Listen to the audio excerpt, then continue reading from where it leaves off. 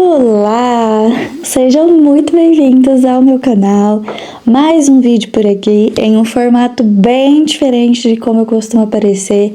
Tô aqui bem comfy. Hoje é uma noite de domingo. Acabei de tomar aquele banho premium e vou começar aqui. Eu quero falar sobre um assunto que eu gosto demais, que é livros. Então eu quero falar sobre as minhas últimas leituras. E eu quero começar falando que esse ano eu coloquei de projeto pessoal começar a ler livros clássicos, de autores mais clássicos. Então, por exemplo, comecei com Dostoiévski e eu quero ler também Tolstói. Já tá na minha lista de leitura, Ana Karenina, que eu quero muito ler. Nossa, eu acho essa história muito bonita, apesar de não saber ela completa. E esse ano eu comecei a ler Dostoiévski, eu li Noites Brancas. E sinceramente me surpreendeu muito, porque eu não sei, eu achava que eu tinha outra ideia, sabe, do Dostoiévski. Eu achava que tinha uma vibe diferente. E ele é muito melancólico, mas é uma leitura boa. É bem diferente de tudo, é rápida, mas nada leve. Então vá sabendo, se eu puder deixar uma dica, vá sabendo que não é leve. E aí, eu li, depois de Noites Brancas, eu li Memórias do Subsolo. Ele já estava na minha lista já fazia muitos anos mesmo. E eu achei ele uma jornada muito interessante. É melancólico, é agoniante, é irritante, é uma personagem extremamente irritante. A personagem, gente, é insuportável. Ele vai decaindo numa melancolia e numa autossabotagem que assim você fica, meu Deus, o que é que eu tô lendo? E apesar disso, é engraçado porque retrata muitas vivências do nosso dia a dia que a gente se pega fazendo também, essas autossabotagens em relação a amizades, em relação a até dinheiro, né? Ele fala que não paga o funcionário dele e aí ele usa esse dinheiro comprando alguma coisa para tentar impressionar alguém que ele nem gostava. E apesar da gente ler e falar assim, meu Deus, que burrice, é isso que a gente faz, né? Então, assim, eu acredito que ele conseguiu passar de uma forma a mensagem de que somos seres humanos suscetíveis a erros que vai nos prejudicar e somente a nós. Eu achei muito interessante, fiz algumas marcações aqui, algumas anotações também, mas como eu disse, ele não é tão fácil a leitura, não é fácil. Eu marquei uma aqui que eu quero compartilhar com vocês. Claro, não vou ficar batendo a cabeça nesse muro se de fato eu não tiver força para derrubá-lo. Mas também não vou me conformar com ele só porque é um muro de pedra e eu não tive forças para derrubá-lo. Isso é interessante de Dostoiévski, porque ele tem algumas frases, umas mensagens, umas coisas assim tão bonitas, assim, uns trechos que você não estava nem esperando ler e de repente você fica, nossa, que é muito profunda a leitura dele, mas de novo, tem que ter uma certa paciência, um certo nível gramatical, talvez, porque não é brincadeira, sabe? E aí, seguimos com duas leituras que eu me apaixonei. Eu sou cristã, né? Eu faço até vídeos ensinando a ler a Bíblia em inglês e tudo. E vamos começar falando desse aqui. Gente, por que eu demorei tanto para ler esse livro? E eu sei a resposta. Porque eu precisava de maturidade espiritual suficiente para entender esse livro aqui. Esse livro já está na minha estante já fazem muitos anos. E eu não conseguia ler, não me pegava, sabe? Cristianismo Puro e Simples, do C.S. Lewis.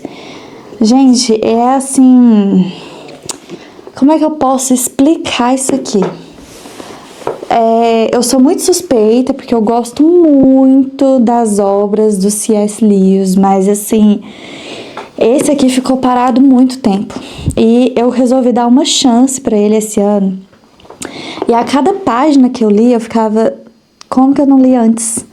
E é muito interessante esse negócio de autores muito antigos, obras antigas que falam de assuntos atuais, que sem saber os autores falaram, né? Sem saber que isso aconteceria, me pega de uma forma, sabe? Assim, como é que a inteligência da previsão, de conseguir prever exatamente como é que tá a nossa sociedade, entende?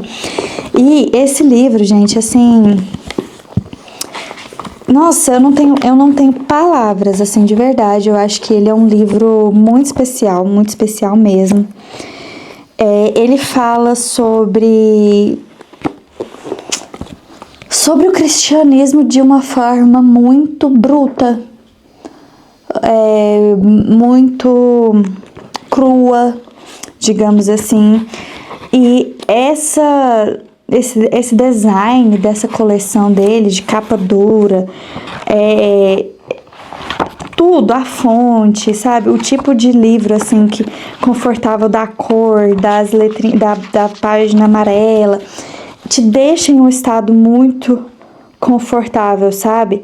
E ele era ateu, ele participou da guerra, e quando ele retornou da Segunda Guerra Mundial, ele encontrou Deus em experiências que eu acho que foi o que aconteceu com muitas pessoas, muitos soldados, muitos guerreiros da Segunda Guerra, que foi encontrar Deus em meio ao desespero, né? E ele foi um desses que enfim, ele é maravilhoso. E ele fez esse livro aqui, na verdade ele não sentou e escreveu, né? Ele fazia palestras, e aí, pelo menos até onde eu sei, que tá no prefácio e tudo mais, e ele falava nessas palestras, e aí alguém foi juntando, sabe, essas mensagens dele em relação ao cristianismo. E assim, eu fiz muitas marcações mesmo, mas tem uma muito específica, que eu decidi que eu vou ler esse trecho também. Como você bem sabe, tanto as coisas boas quanto as ruins são contraídas por uma espécie de contágio. Se você quiser se aquecer, tem de ficar perto do fogo. Se quiser se molhar, tem de entrar na água. Se alegria, poder, paz e vida eterna são seus objetivos, tem de se aproximar ou até adentrar naquilo que os possui. Eles não são uma espécie de prêmio que Deus poderia, se assim quisesse, simplesmente entregar a qualquer pessoa. São uma grande fonte de energia e beleza, que jorra a partir do centro da realidade. Se você estiver perto dela, os jatos vão molhá-lo, mas se não estiver, permanecerá seco. Uma vez unida a Deus, como uma pessoa poderia não viver para sempre? Acho que isso explica muita coisa, né? É só um trecho entre tantos outros muito especiais. Então, assim, se eu puder te dar uma dica, assim, do fundo do meu coração de leitura, leia C.S. Lewis. Nossa, esse livro é maravilhoso.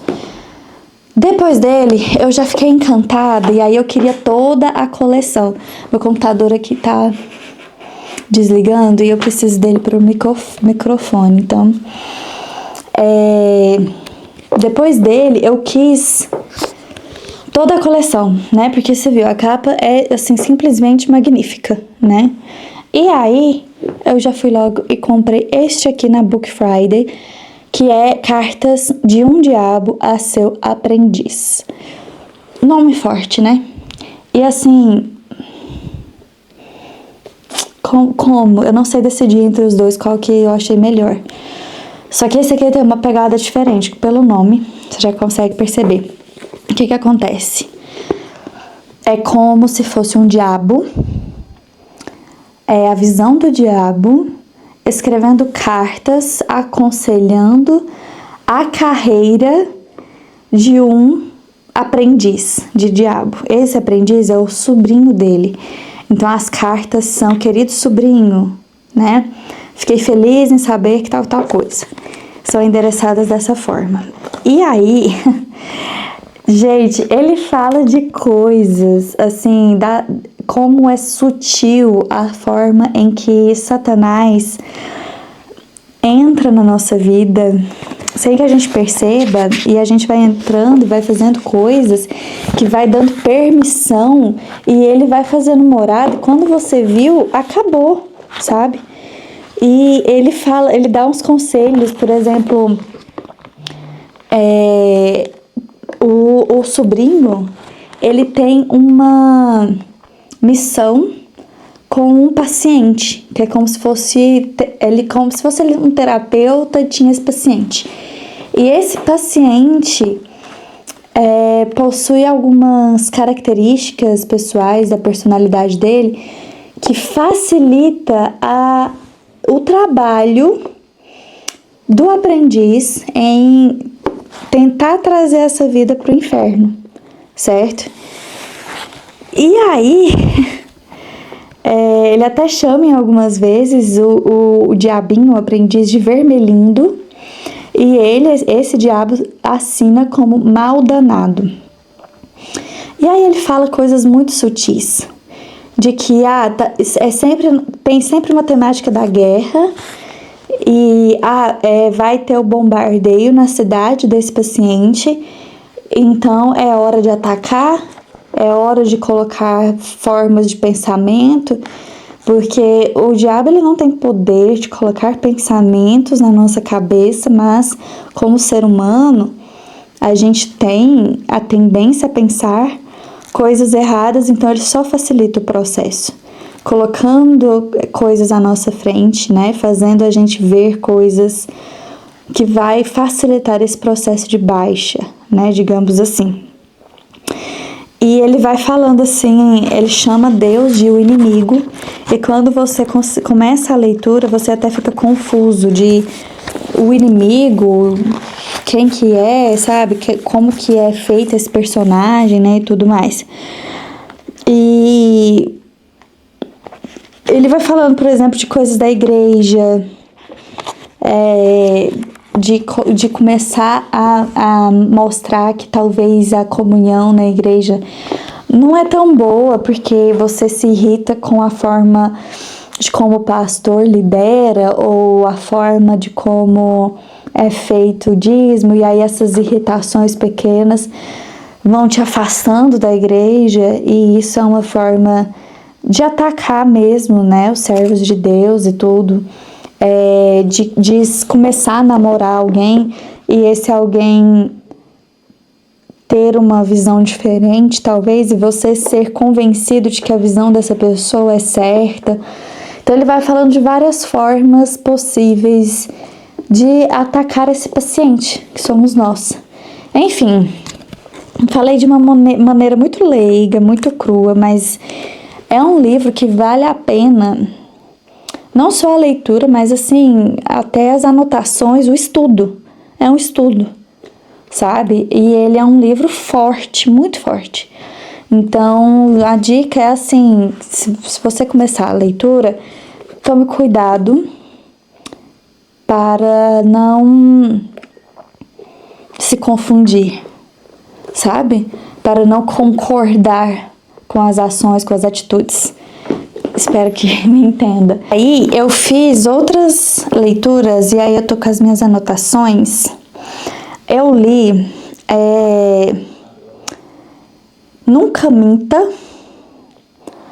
que é da Frida McFadden. Eu não sei se é exatamente essa a pronúncia, então se estiver errada já vão me desculpando.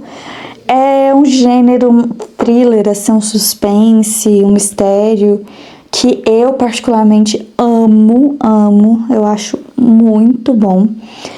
E ele tem um ritmo assim frenético em algumas partes e você já começa muito intrigada. E eu não consegui descobrir o plot até o final, até um pouco antes do final, sabe? Então você vai tendo várias reviravoltas, é uma leitura rápida porque te prende muito, um vocabulário legal, assim, sabe, de você mexer. Então, nossa, eu gostei demais, demais mesmo. E eu acho que é uma indicação, se você tiver em uma ressaca literária, por exemplo, que é como eu estava. Então, se você quiser algo mais assim, que te prenda. A história de Nunca Minta é muito intrigante, que já começa com uma narrativa de tensão da personagem principal falando que tem um segredo, e aí eles estão indo visitar uma mansão, uma casa muito grande que eles estão olhando para comprar essa casa, ela e o marido dela. E esse marido dela foi um casamento muito recente, então nesse caminho deles, no comecinho do livro, indo até a casa, já conta muita coisa, sabe? Já conta, assim, de que foi um relacionamento muito relâmpago, de que eles casaram rápido, mas que ela se apaixonou e tudo mais, sabe? Então vai te deixando intrigado. E aí eles vão visitar essa casa e tem uma nevasca. E a pessoa, né, a corretora de imóveis, né, que ia lá para essa casa com eles mostrar a casa, não foi. E aí essa casa era uma casa de uma psicóloga muito boa, famosa, e essa psicóloga tinha livros e obras e tudo, e ela tinha desaparecido. E era nessa casa dela, que é mais longe, que ela atendia os pacientes, e aí eles ficam presos na casa. Eles conseguem entrar de alguma forma por causa da nevasca para se protegerem, e eles ficam presos lá, sabe? E aí eles vão descobrindo coisas sobre a psicóloga que, gente, é muito bom. Eu achei esse livro assim, nossa, eu fiquei assim, fazia muito tempo que um livro não me pegava dessa forma de ficar querer ficar acordada a noite inteira para terminar de ler, sabe? Eu li ele no Kindle e eu achei muito bom mesmo. Peguei ele pelo Kindle Unlimited e foi assim, nossa, eu achei ele muito bom, bem psicológico, sabe? Bem psicológico mesmo. Outro que eu li, aí eu não tô falando na ordem, né? Então eu não sei, não é nessa ordem. Mas outro que eu li que eu achei muito bom foi Guerra do Velho, do John Scalzi. Também li pelo Kindle Unlimited e é um sci-fi, é uma ficção científica. E eu vi uma blogueira que eu gosto muito, se eu não me engano foi a Liv Resenhas, que fez um vídeo no YouTube e falou desse livro. Eu achei muito legal a sinopse. A história desse livro, de Guerra do Velho, é muito intrigante, assim, porque ela mistura uma ficção científica muito legal, assim, de um mundo pós-apocalíptico com guerra no universo, coisas do espaço, ao mesmo tempo que fala de luto, que fala de família, de amor. E eu achei muito legal a história. E a sinopse geral, assim, o geral que eu posso te falar é que alguns soldados se alistam para lutar em outro universo para salvar o mundo, só que somente pessoas idosas. Acho que isso basta, né? São soldados velhos, Guerra do Velho. É muito bom, eu achei muito legal mesmo. Se fala muito sobre nostalgia, sobre essa coisa de fim da vida, o que é que sobra, sabe, no final, que todo mundo vai embora, sabe? Eu achei muito bom mesmo, então fica a minha indicação. outro que eu li, eu comecei a ler também no Kindle, até porque como eu sou professora de inglês, eu fico buscando livros menores que possuem um vocabulário bom em inglês para que eu possa indicar para os meus alunos. E aqui vai uma indicação, que é Lovers at the Museum. Gente, é um conto tão assim, é um conto de fada, mas tão rápido, que você lê assim, tão assim, te deixa tão apaixonada, sabe? Te deixa tão assim... Não, eu li... ele deve ter o quê? Umas 100 páginas, não sei, eu acho que menos, acho que bem menos. É um mini livro, uma mini história que mexeu muito comigo, assim, é muito mágico. Mágico, são dois amantes no sentido de apaixonados da palavra, que eles invadem um museu e passam a noite lá, e as pessoas encontram ele e começam a questionar, eles são levados à polícia, e a forma que eles falam um do outro, de como eles estão apaixonados, e aí o porquê que isso justifica todos os atos delinquentes. Gente, assim, eu achei muito bonito, eu achei leve. Veio, assim, um momento que eu precisava muito de calma com a rotina e tudo. Gente, amei. Então fica a minha indicação. É da Meredith Jagger. Acredito que seja assim a pronúncia também. E aí, gente, eu preciso falar de um que ele até ainda tá no meu Kindle Unlimited aqui, emprestado, que é assim... Como explicar o livro Lugar Errado na Hora Errada? Porque não tem explicação o que eu senti lendo esse livro. Eu sei que você pode até não ter gostado se você leu, ou se você viu e achou meio ruim a sinopse, não sei. Mas eu peguei ele porque eu precisava de ler algo. E esse tava com uma pontuação, uma avaliação muito boa, sabe? Que é este aqui. Lugar Errado, Hora Errada. Gente, a história se passa em uma noite, véspera de Dia das Bruxas, em que existe uma família, a Jen, o Kelly, o marido dela, e o filho deles, que é o Todd. E a Jen, ela acaba de arrumar a abóbora dela, do Dia das Bruxas, e ela tá esperando o filho dela chegar em casa depois dele ter saído. E ela o vê chegando em casa, mas ele comete um crime grave na rua de casa. E ela tenta fazer... ela fica sem saber o que fazer e tal, eles ficam assim meio que, meu Deus, né?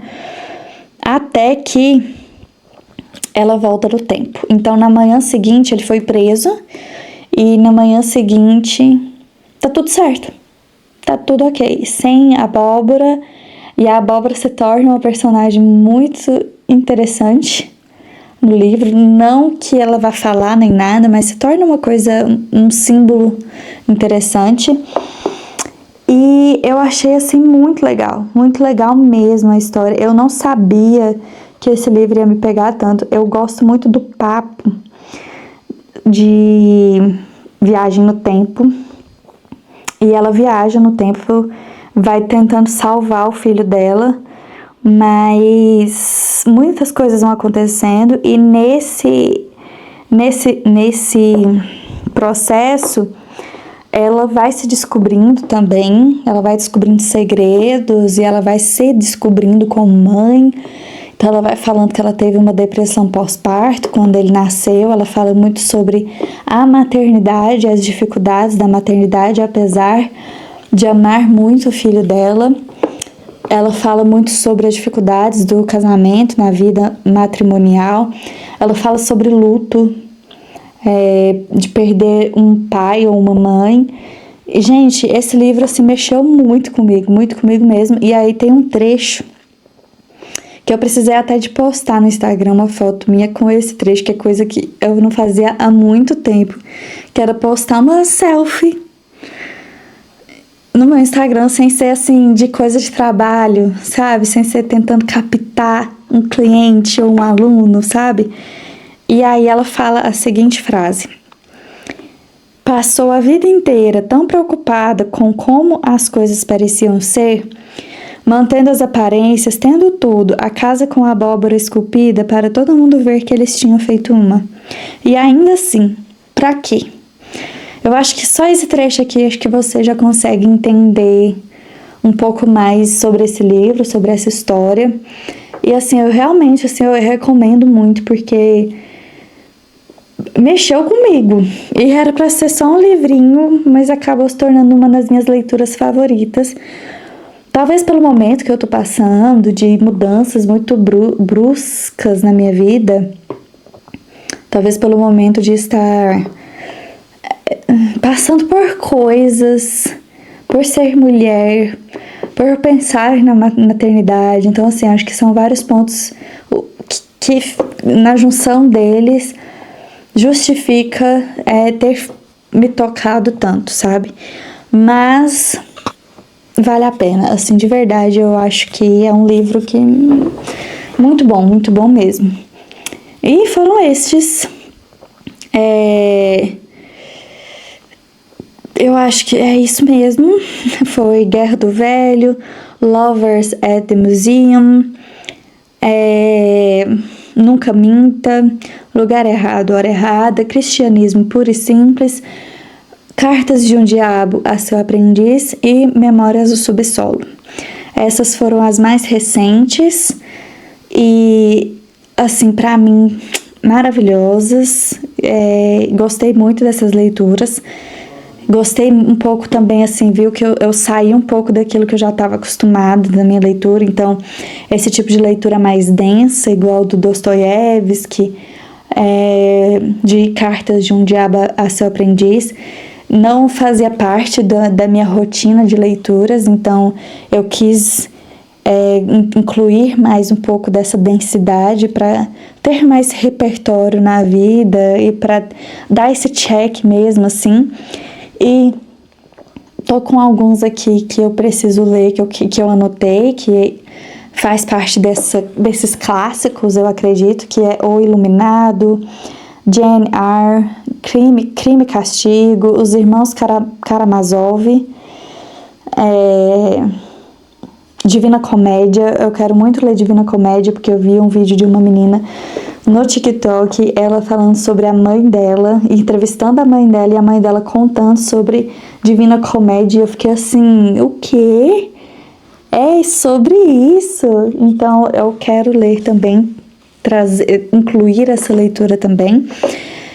E é isso. Eu espero que vocês tenham gostado do papo. Tá bem assim, sem roteiro, bem assim, confortável. Então, espero que seja um papo confortável para você também, enquanto você tá querendo descansar um pouco, desligar a cabeça. E é isso. Eu espero que você tenha gostado. Não deixe de curtir se você gostou. Comenta para mim um livro muito bom que você leu esse ano. Me indique um que você acha que eu deva ler, seja um cristão, de desenvolvimento pessoal, um de ficção. Fala pra mim qual que você acha bom. E se inscreva no meu canal. Eu sou professora de inglês e advogada. Eu falo da minha rotina, eu mostro um pouco dos meus dias com vlog. Eu trabalho de casa, então os meus vlogs são sempre mais tranquilos. Eu espero que você tenha gostado e te vejo no próximo vídeo.